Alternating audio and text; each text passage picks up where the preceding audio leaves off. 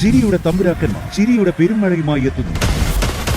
Fun baby fun August 30 മുതൽ ശനി ഞായർ ദിവസങ്ങളിൽ രാത്രി 8 മണിക്ക് നമ്മുടെ സൂര്യ ടിവിയിൽ. നിന്നോട് ഞാൻ പറഞ്ഞത് എന്റെ അഭിപ്രായമാ. അതിന് നിനക്ക് ബഹുമാനിക്കാൻ പറ്റില്ലെങ്കിൽ അതങ്ങ് പറഞ്ഞാ മതി.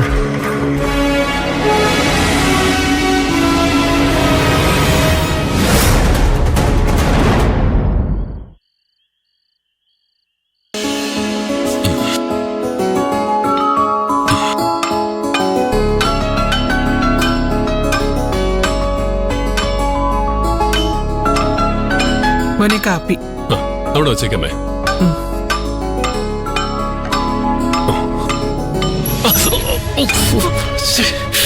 എന്തു പറ്റി മോനെ? അയ്യോ, ചുറ്റിക വെച്ച് അടിച്ചത് മാറി വിരലിൽ കൊണ്ടു. അയ്യോ ഈശ്വര, നോക്കട്ടെ. സാരമില്ല, ചെറിയൊരു ചതവ് മാത്രമേ ഉള്ളൂ, വേറെ കുഴപ്പമൊന്നുമില്ല. ഗിരീട്ട ഒന്ന് കാണിച്ചേ, ഒന്ന് കാണിക്ക്. ഞാനൊരു നേഴ്സല്ലേ ഗിരീട്ട. അമ്മ മാറ നോക്കട്ടെ. ഒടിവൊന്നുമില്ല. ആ അമ്മ ഫസ്റ്റ് എയ്ഡ് ബോക്സ് ഒന്ന് കൊണ്ടുവരുമോ? ഒന്ന് വേഗം കൊണ്ടുപോവാ അമ്മേ.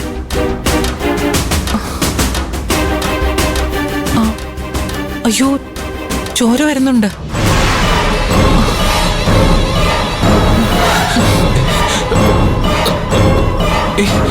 എന്തായി കാണിക്കുന്നേ?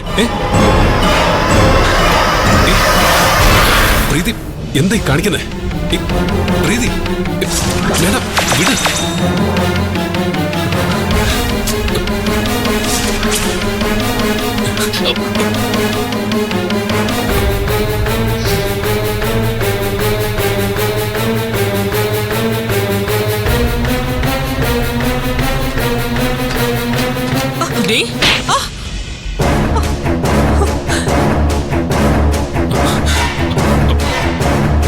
എന്ത് കാര്യത്തിന് എന്നെ അടിച്ചത്? പിന്നെ നീ ചെയ്തേന് ഞാൻ നിന്നെ പൂജിക്കണോ? വെറുതെ മനസ്സിൽ ഓരോന്ന് സങ്കല്പിച്ചു കൂട്ടി തെറ്റിദ്ധരിക്കണ്ട. ഗിരീട്ടിന്റെ കയ്യിൽ ചുറ്റി കൊണ്ട് പരിക്ക് പറ്റി. ഞാൻ അതിനുള്ള ചികിത്സ കൊടുക്കായിരുന്നു. ചികിത്സയൊക്കെ ഞാൻ കണ്ടു, പക്ഷേ അതെന്റെ ഭർത്താവിന്റെ അടുത്ത് വേണ്ട. ഒരാൾക്കൊരു സഹായം ചെയ്യുമ്പോഴും ഇത്ര അപമാനം സഹിക്കണമല്ലോ ഭഗവാനെ. അമ്മ കണ്ടതല്ലേ എന്ത് സംഭവിച്ചെന്ന്. ഗിരീട്ടിനെ ഞാൻ ടേക്ക് കെയർ ചെയ്തത് അത്ര വലിയ തെറ്റാണോ?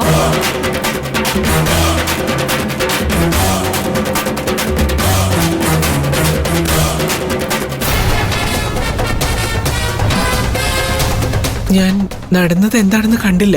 എന്തായാലും ഗിരിയെ ശുശ്രൂഷിക്കുന്നതിൽ എന്താ മോളെ തെറ്റ്?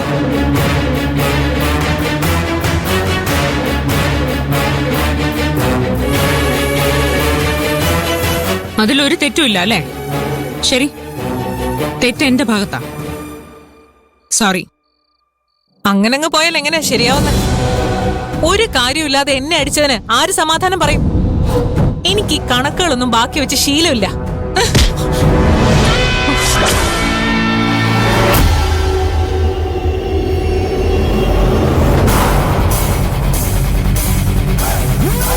എന്റെ മുന്നിൽ വെച്ച് എന്റെ ഭാര്യയെ തല്ലാൻ മാത്രം ധൈര്യം നിനക്കുണ്ടോ?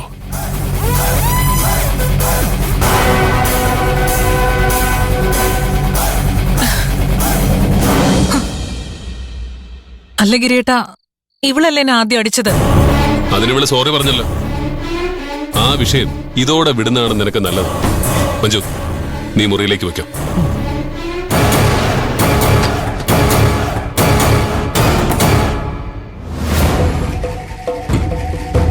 തെറ്റ് പ്രീതിയുടെ ഭാഗത്താണെന്ന് അമ്മയ്ക്ക് അറിയായിരുന്നില്ലേ? പിന്നെന്തിനാ ഇവളെ പിന്തുണച്ച് സംസാരിച്ചത്? ഇവളെങ്ങനെ ദേഷ്യപ്പെട്ട് നിങ്ങൾ തമ്മിൽ നടന്നതിനെ കുറിച്ച് പറഞ്ഞാലോന്ന് പേടിച്ചിട്ടാ. നീ എന്താ എന്റെ അമ്മയെ ഭീഷണിപ്പെടുത്തുകയാണോ? അയ്യോ അല്ല ഗിരീട്ട. പിന്നെന്താടി നിന്റെ ഉദ്ദേശം? മഞ്ജു പ്രഗ്നന്റ് ആയതുകൊണ്ട് മാത്രം ഞാൻ എനിക്ക് പറ്റിയ തെറ്റ് അവളെ അറിയിക്കാത്തത്. അതറിഞ്ഞ വിഷമത്തിൽ അവൾക്ക് എന്തെങ്കിലും സംഭവിച്ചാ എനിക്കത് താങ്ങാൻ പറ്റില്ല.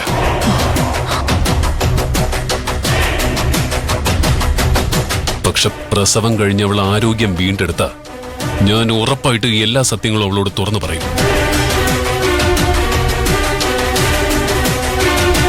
അതിനു മുമ്പ് നീ ഇതെല്ലാം അവളെ അറിയിച്ച് അവൾക്കോ എന്റെ കുഞ്ഞിനോ എന്തെങ്കിലും പ്രശ്നം ഉണ്ടായാൽ പിന്നെ എനിക്ക് മേലും കീഴും നോക്കാനില്ല.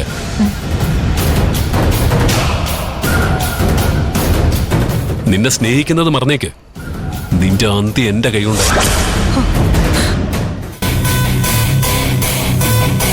നമ്മൾ തമ്മിൽ നടന്നതല്ല ആരും അറിയാതിരിക്കുന്നതാ നിനക്ക് നല്ലത്. മനസ്സിലായോ? മനസ്സിലായി.